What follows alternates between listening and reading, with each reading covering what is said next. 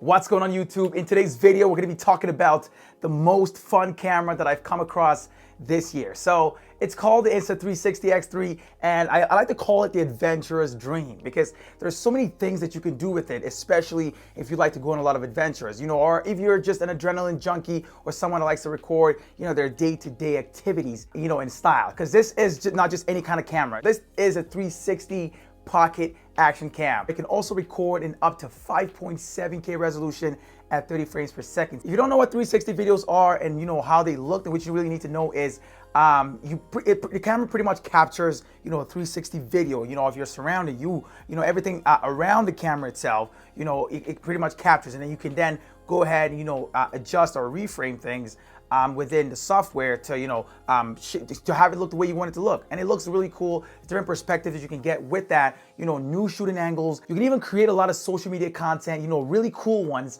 using this camera. I'm talking the 360 videos that most people aren't even posting right now. You can be one of the first to be posting these kinds of videos. It doesn't just stop at 5.7K 360 videos. There's other features that you get with the X3 camera, which we'll talk about in today's video right here. So what you get in the box when you get one of the Insta360 X3s is a charging cable, USB to USB-C. You have a protective pouch, which is kind of the default to protect your camera. You have a quick start guide, and you have a lens cloth. That's pretty much it, and then you also have the Insta360 X3 itself. On the front side of the X3, we've got a lens, a screen, and two buttons. We've also got a microphone in front there. The front lens is one of the two lenses that combine together to help you create those beautiful 5.7K 360 videos. But then the screen is a 2.29-inch touch screen, which is super bright and works great for previewing all your videos and photos before you take them. Of the two buttons at the bottom there, the bottom left one will allow you to start and to stop recording videos as well as take photos. But the one on the bottom right side will allow you to switch lens quickly, so you can switch between using a single lens or using a 360 lens. I've also found that the touchscreen is super responsive, and there's so many things that you can quickly access from within the device itself. On the flip side, we've got the rear camera, we've got the Insta360 X3 kind of logo, and we've also got two mics and an LED indicator light. So the LED indicator light will let you know things like when you're charging, or when the camera is not all set up, when it's missing something, or even when it's all set up and ready to go. So different colors will indicate different things. On the right side of the camera, we've got two buttons. We've got a Q and a power button. So the power button is how you would power it on by pushing it once. If you push it once again, it will push, or you just put the camera in kind of like a sleep mode, like turn off the screen.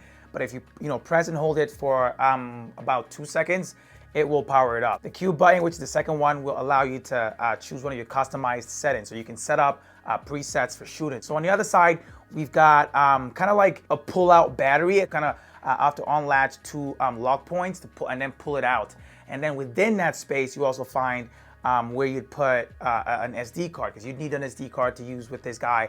They don't supply you with one off rip, so you'd have to pick one up. You can buy it from the Insta360 store, or you can go ahead and pick one up wherever you like. Besides that, we've also got a speaker, as well as where you'd plug in your USB-C to charge it. So that point is also locked, because that's how you would keep it sealed, because this thing is crazy rugged. It's designed to last through all kinds of crazy adventures. It's also waterproof, IPX8 up to I think 33 feet. If you plan on going for some really deep dives, and I'm talking below the 33 feet that you can get right out the box with the X3, then you certainly want to pick up the dive case. That'll let you go as low, or as far below as 164 feet. I honestly feel like the ergonomics, it's great. Like, this thing is super compact. It's got two kinds of stabilization. It's got horizon lock, and it's got flow state stabilization. So flow state stabilization will pretty much kind of just balance it, keep it from looking all, things shaky if you're running and, doing, intense activities and you have this thing in your hand. So with horizon lock, things will always look level, regardless of, how you're twirling and all of that crazy stuff. As for the battery capacity, we've got 1800 milliamp hours, which usually lasts about 1 hour, 20 minutes. So they promise in 81 minutes, but I was able to get about an hour using it consistently for different kinds of things, from taking pictures to recording 360 videos. It takes about an hour and a half to get a full charge out of it. So make sure you're paying attention to that. I don't expect to use this camera as my main camera for, all kinds of things, but you want to record something cool, you want to record something, interesting, a bike ride, or you just, doing something cool, on a roller coaster ride, snowboarding, skateboarding. that's what you need this for. So being able to get 1 hour out of this, you know, I'm okay with that. So underneath the X3, we've got a 1/4-inch thread hole for, you know, mounting with different accessories, which they also sell different styles of accessories that you can choose from for different purposes. So the way the X3 works is it's got, you know, a dual 1/2-inch 48 megapixel lens. So 2 lenses, one on either side, which, you know, work together or individually. So when you turn it on, you have the option of choosing between shooting with a single lens or a 360 lens. The 360 lens will allow you to record pretty much everything around you and then take it into post or, you know, into your software later and then reframe according to how you want it to look. In 360 video mode, you can shoot at up to 5.7K resolution at 30 frames per second. I wish it was 60 frames per second, but honestly, 30 frames is still pretty cool. But if you wanted to shoot, say, 60 frames per second, you can do that. But the maximum you can do that with is 4K resolution. If you shoot any 360 videos in less than 5.7K quality, you're going to see a significant drop in image quality. So try to keep it at, like I said, 5.7K for your 360 videos. So with the 360 camera for video modes, you have access to active HDR, which will, you know, give you kind of like a stabilized video as well as, you know, reveal details in the highlights as well as shadows. So it's really good for like overly bright scenes, or say you're recording outdoors, you want to get like the blue in the cloud as opposed to just kind of a washed out cloud. I found that it works really well and it looks really good. Active HDR only works, you know, using 5.7K at 30 frames per second and only with the 360 cameras. One thing that I would definitely want you to note about the active HDR mode is that you can't really use it in low light situations. Like, it won't work well. As a matter of fact, just try to avoid using the camera